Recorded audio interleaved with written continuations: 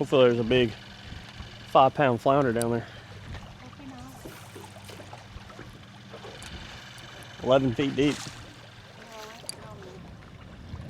Oh, there's a decent fish. Look at this. What do you think it is? Mangrove? Oh. Toadfish.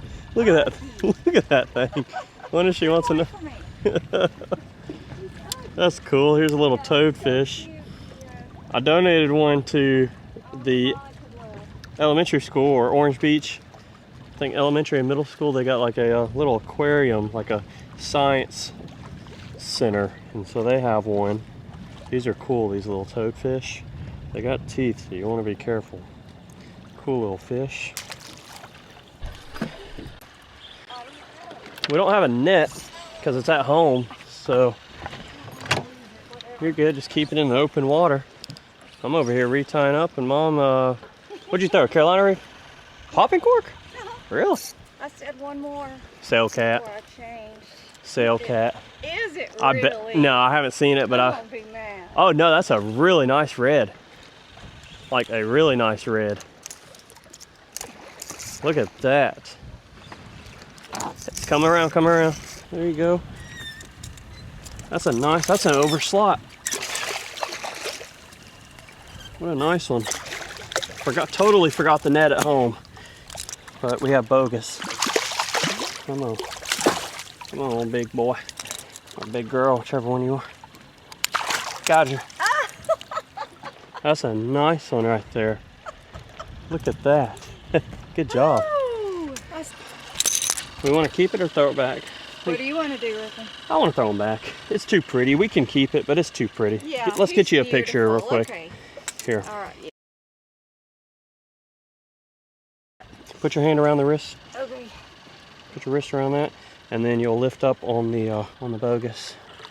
There. I don't think you could reach. Oh, there she goes. Beautiful. Good job.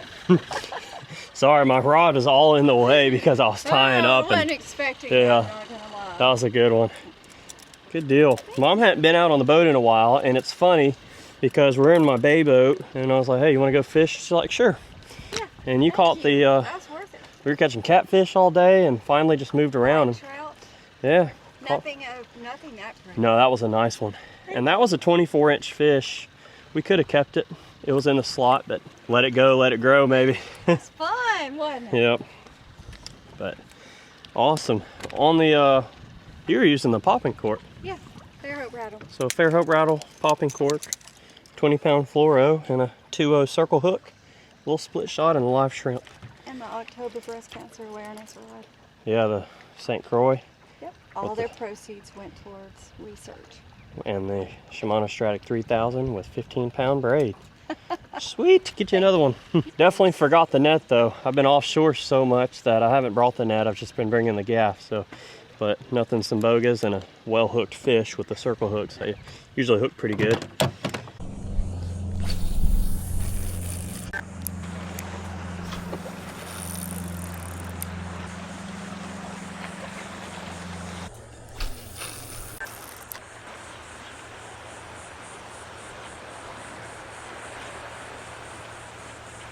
There's a flounder. Gotcha. Such a predictable fish. Feels like a halfway decent one too. Feels like a decent one. Oh man, it is. That's a good one there. Now that's a good one to start the day right there. Nice flatty. You're allowed 5 of these a person here in Alabama. They have to be 14 inches. You can keep them 11 months out of the year. November, you have to throw them back. But thankfully, we can keep this one. It's gonna go in the cooler. Usually where there's one flounder, there's more hanging around. Just working this little fluke style lure on a jig head. They aren't that picky. If you're around a flounder and your bait goes near it and they're in the feeding mood, they're normally gonna hit it.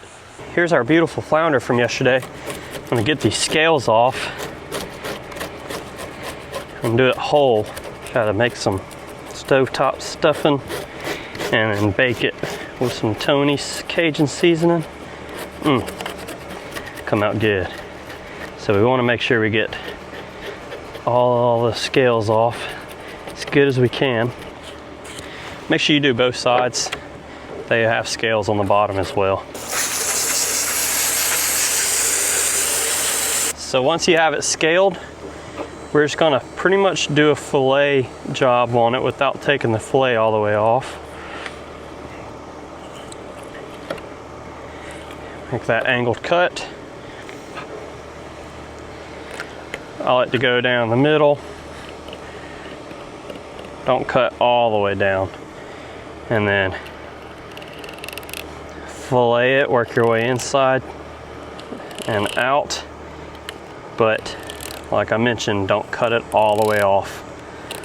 Just get to these fins. You'll know when you got there, it's pretty easy on these, because we're gonna cut these bones out.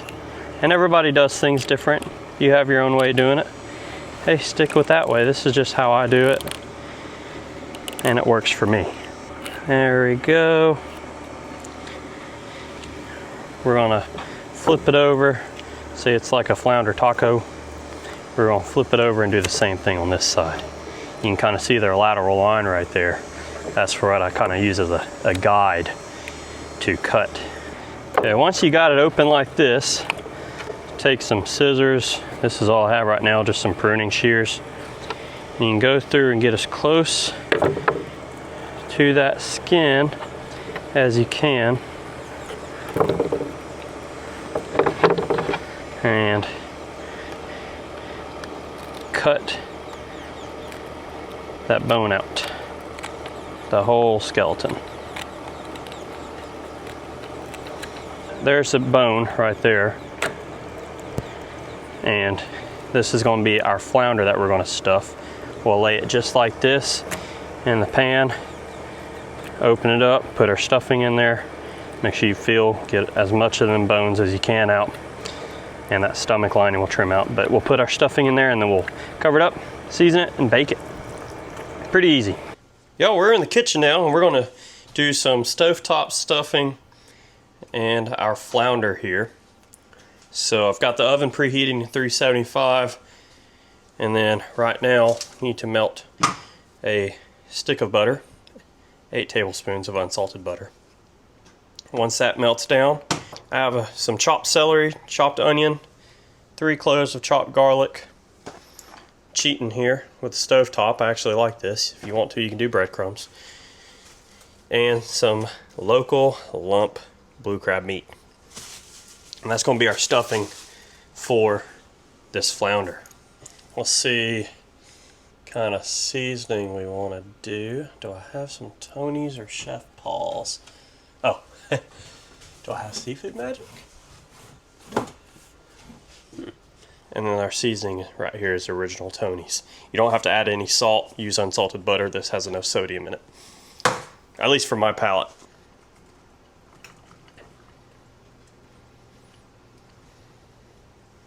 So we're just going to sweat these down. Let them get all nice and soft in that butter. Usually about 15 minutes or so on medium heat. These onions are starting to get a little brown. Our celery is getting soft. Let's add in our garlic. And you don't want your garlic to burn. So from this point on, just pay attention to your heat. That smells good. Garlic, butter, onions, and celery. I'm going to add in a little dash of some Worcestershire. There we go. A little messy, but add in some Worcestershire. I like the stovetop chicken, so we're going to add that whole thing in there and let it absorb all that flavor. And when we mix it in, it's going to get really thick. So I have some chicken broth. Add a few ounces of that in there.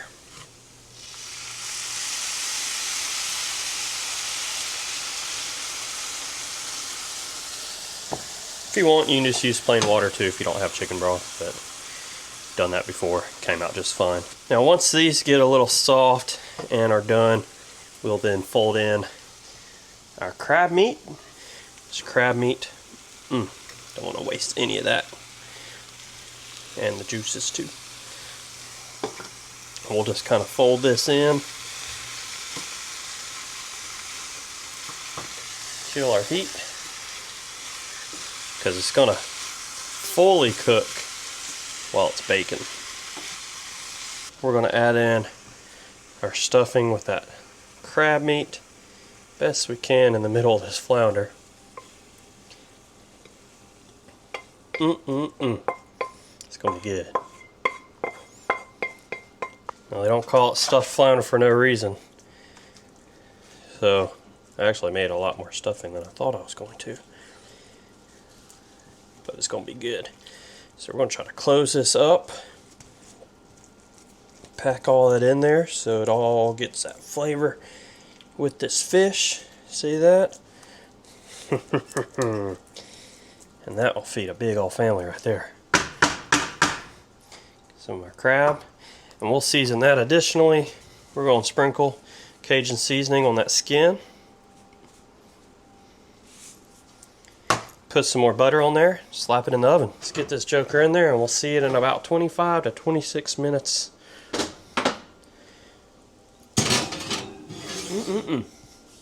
I love stuffed flounder. All right, our flounder should be ready. Oh yeah, it is. It's been smelling good the whole time, but that is done. Check that out. Set it on our trivet over here. You can hear it sizzling. Let that cool down and we'll give it a bite. Look at the crab in there. That nice white flounder meat. Crispy skin. I already know it's good. Let's take a sharp knife, cut us, oh yeah, a slab of that flounder. I'm gonna get my slab of flounder one-handed. One-handed there. Look at that, it's like taking a piece of delicious savory birthday cake. And I gotta get some more of that crab. Ooh wee. That's some good stuff right there. It doesn't have to be all formal and crazy and picturesque, but as long as it's delicious, that's what counts, and I know this is. I will say we've already been cheating and trying some of that crab, and it tastes delicious already with the flounder. Let's go on the porch on this nice weekend and enjoy some. We're out on our porch, beautiful view. This time of year, I love this time of year because you can come out, not sweat the whole time as soon as you walk outside. My glasses don't fog up, and you can enjoy a delicious meal. Look at that piece of flounder right there. Try that on its own. Flakes apart really nice. It's cooked good. It was 25 minutes in the oven. Let's try it.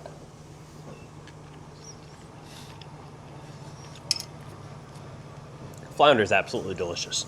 Not much more to say about it. I mean, if you know, you know. If you've had it.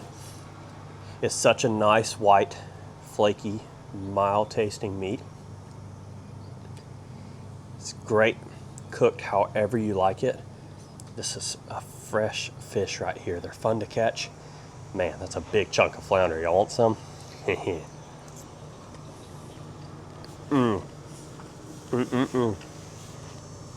That is so good. Try with some of our stuffing here with the crab chunks, the flounder. Man, let's give it a try.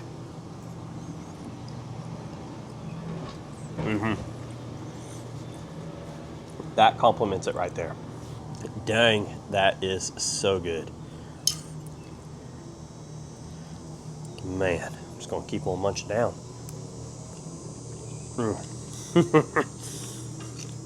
Man, if I could eat that every day, I would. That is tasty. I appreciate you for watching. Hope you enjoyed this Catch Clean Cook. We'll see you on the next one. As always, our partners and sponsors are linked in the video description below. Smash that subscribe button, drop a like, leave a comment. Most importantly, I want to thank the good Lord up above for everything he does for us. We'll see you later.